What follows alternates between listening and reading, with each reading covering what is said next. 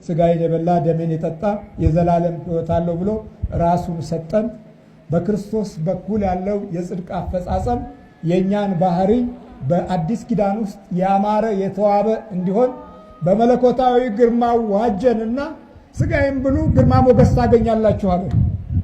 አሁን የክርስቶስ ስጋና ደም ያልበላ ትውልድ አይደመጥም፣ አይሰማም። ቅዱስ ቁርባን ወስዳችሁ ታሪክን ለማቆም ስትችሉ አሁን ቅዱስ ቁርባን ለሰባት ነገር ይጠቅመናል።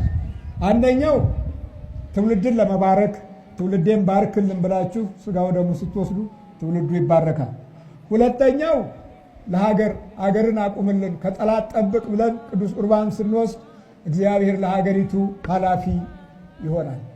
ሶስተኛው በኑራችን ውስጥ በረከት ሲጠፋ በረከታችንን መልስ፣ ተሰለብን፣ አጣን፣ ገንዘባችን ሁሉ በመናፍስት ተወሰደ ብለን ስንወስድ የዚህ ጊዜ በረከታችን ይመለሳል።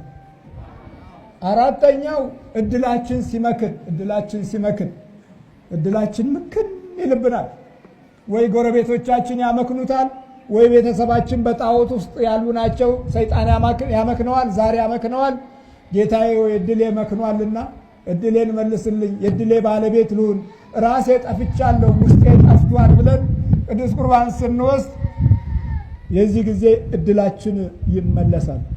አምስተኛ ጠላት ሲከበን ሲወረን በብዙ መንገድ ሲያጠቃን በግልም በማህበራዊ ሕይወትም ክፉ ፍጥጫዎች ሲበዙብን የክርስቶስ ስጋና ደም ስንወስድ የዚህ ጊዜ ጠላት ዝም ይላል። ምን ይላል? አየህ፣ ምልክቱ ይሄ ነው። በእስራኤሎች ኦት ይሉታል። አሌፉን ሲጠቀሙ ኦት፣ አንተ ምልክት ስጠን ማለት ነው። ይህ ምልክት ደግሞ ምንድነው? ማንነትን ማግኘት ነው።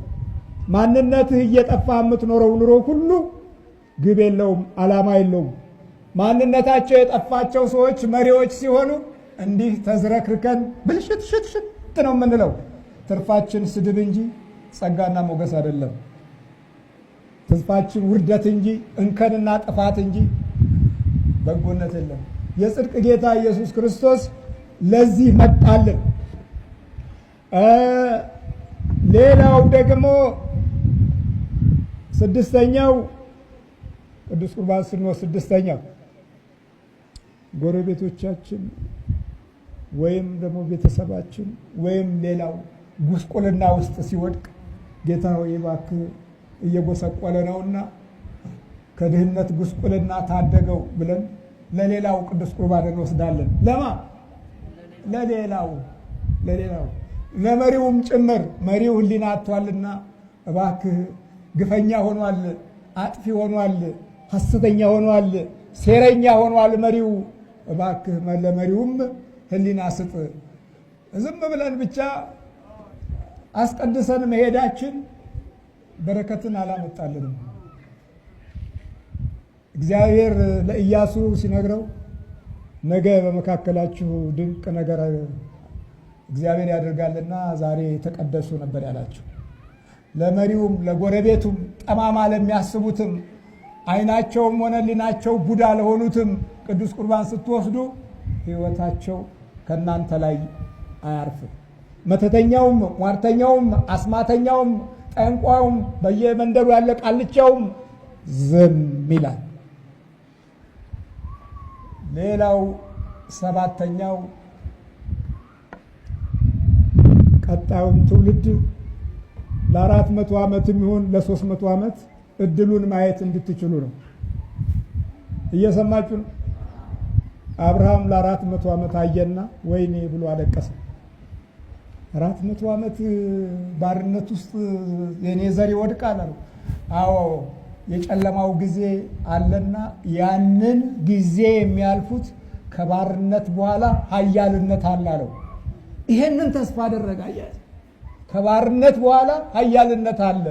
እኛ ስንት ዘመን ባሪያዎች ሆነን በራሳችን መሪዎች፣ በራሳችን ሰዎች፣ በራሳችን ልጆች ተቀጠቀጥን፣ ተገረፍን፣ ተሰቃየን፣ ታሰርን፣ ተደበደብን፣ ፈራን፣ ደነገጥን፣ ሞትን፣ ተሰቃየን።